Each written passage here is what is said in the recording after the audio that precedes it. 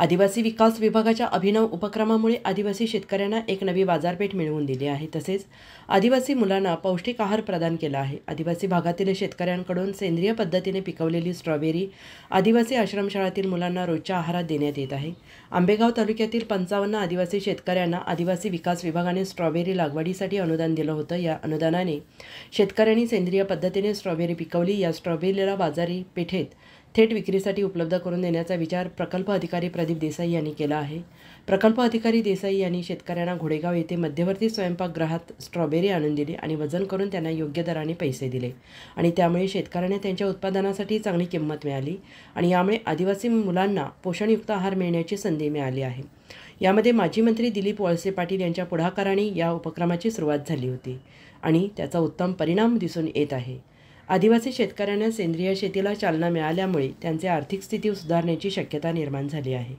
या उपक्रमामुळे आदिवासी मुलांचा पोषण आहार सुधारला असून शेतकऱ्यांच्या उत्पादनाला बाजारपेठ मिळवून देऊन त्यांना आर्थिक फायदा झालेला आहे। पुढील वर्षी या योजनेत अधिक शेतकऱ्यांना सामावून घेतलं जाईल असं प्रकल्प अधिकारी प्रदीप देसाई यांनी म्हटलं आहे।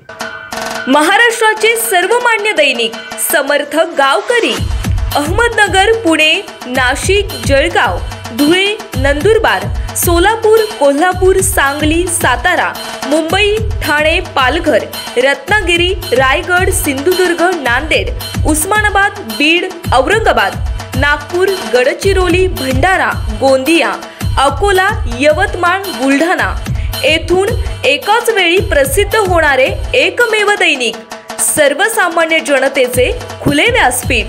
संपादक आहेत विश्वासराव आरोटे। मोबाईल नंबर आहे 9423 38 85 08।